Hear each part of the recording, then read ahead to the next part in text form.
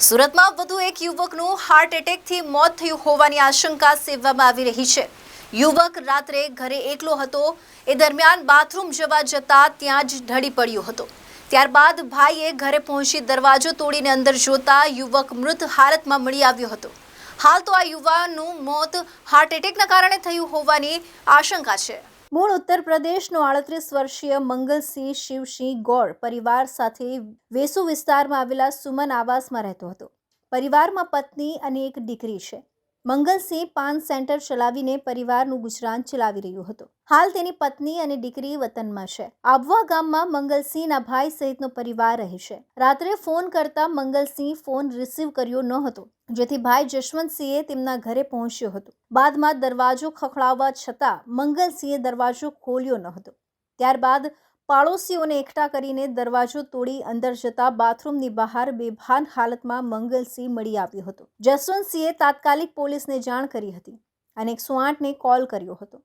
108ની ટીમે પહોંચીને મંગલસિંહને મૃત જાહેર કર્યો હતો। હાલ તો મંગલસિંહનું મોત હાર્ટ એટેકના કારણે થયું હોવાની આશંકા છે। જોકે પોસ્ટમોર્ટમ રિપોર્ટ બાદ મોતનું સાચું કારણ જાણવા મળશે। મંગલસિંહના મોતના પગલે એકની એક દીકરીએ પિતાની છત્રછાયા ગુમાવી છે, જેથી परिवार में शोक नो माहौल छवाई गयो है। मंगल सिंह है, उनकी उम्र है 38 साल। क्या हुआ था? कुछ पता नहीं, वो घर में थे, फोन उनका स्विच ऑफ आ रहा था। मैं घर पे आया तो पापा बोले उनका फोन स्विच ऑफ आ रहा है। मैंने भी चेक किया, घर पे वहाँ पे गए तो दरवाजा ठोकते रहे, नहीं खुला। दरवाजा तोड़ के अंदर गए तो डेड बॉडी मिली उनकी। फिर कहाँ पे लेके आए? पुलिस को फोन किया, पुलिस वालों ने जो भी अपना कागज वगैरह का काम किया, उसके बाद यहाँ पे 100 वाहिनी से पोस्टमार्टम के लिए भेज दिया।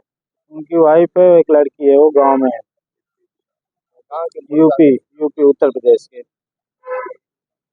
सूरत में कहाँ पे रहते? सूरत में सुमन सागर रेसिडेंसी में, जी टावर में 405 नंबर पे। कितने साल से रह रहे? वहाँ पे 2 साल से लगभग रह रहे हैं। और क्या काम करते? ये गुटखा बीड़ी सिगरेट दुकानों में सप्लाई करते हैं। अरविंद राठौड़, ABC न्यूज़ गुजरात, सूरत।